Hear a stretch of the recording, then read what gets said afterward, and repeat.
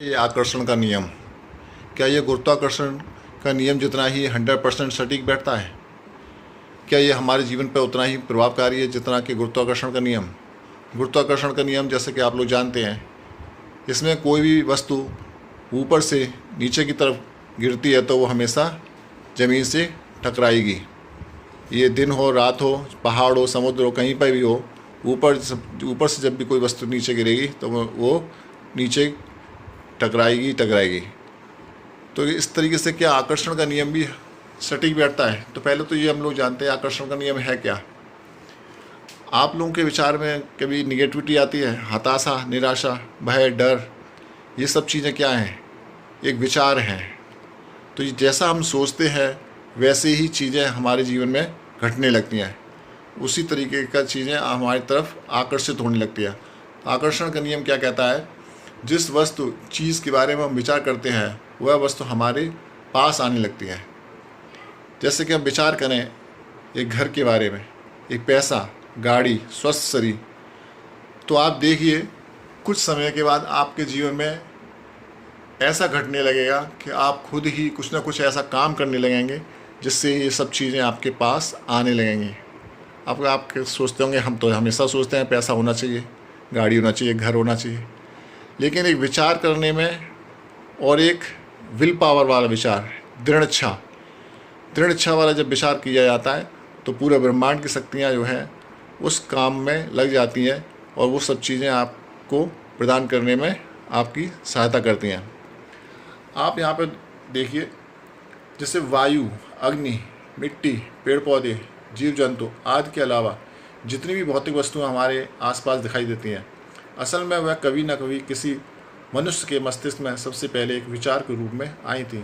आप सुई ले लीजिए, गाड़ी ले लीजिए, जीप ले लीजिए, कार ले लीजिए, या एक मोबाइल फ़ोन ले लीजिए, तो ये इस धरती पर इन वायु, मिट्टी, पेड़ पौधे, जीव जंतु से पहले नहीं थी।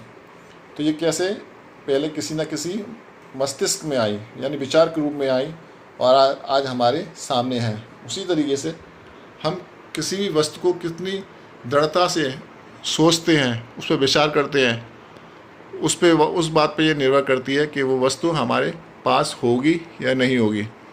अब इसमें एक पॉइंट आता है कि बहुत सी निगेटिव लोग होते हैं, निगेटिविटी होती है, जो हमने विचार ठान लिया है, जो सोचा है, उस पर हमको कामयाब नहीं होने देती हैं।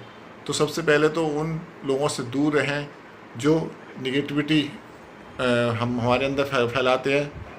और एक बात और मैं कहना चाहता हूँ, जैसे जो विल पावर होती है वो सबसे अच्छी चीज़ है। हमको अपनी विल पावर के साथ ही अपने विचार पर दृढ़ता से कायम रहना चाहिए और आगे बढ़ना चाहिए। विल पावर, कभी कभी जो परेशानियाँ होती हैं, जो अभी आती हैं, वो ये देखती हैं कि इस बंदे की विल पावर कितनी मजबूत है। यदि मजबूत है तो वो ये आपके पास ये सब चीज़ें जो आपके विचार में है वो सब चीज़ें प्रदान करने में सहायता करती है। जैसे कि आपने थॉमस एडिसन का नाम सुना होगा। उन्होंने बल्ब बनाने में 10,000 बार प्रयोग किए। अब कोई सोच सकता है कि 10,000 प्रयोग कर रहा है व्यक्ति और बार बार वो हार रहा है, तो उसके अंदर कितनी निगेटिविटी आई होगी। लेकिन वो अपनी विल पावर के ज़रिए उस पर अड़े रहे कि नहीं, ये बल्ब एक दिन ऐसा कुछ चीज़ बनेगी जो हमारे जीवन में प्रकाश लाएगी। और इस तरीके से उन्होंने आखिरकार बल्ब का आविष्कार किया। तो एक विचार ही था जो हमारे जीवन में आज तक रोशन है।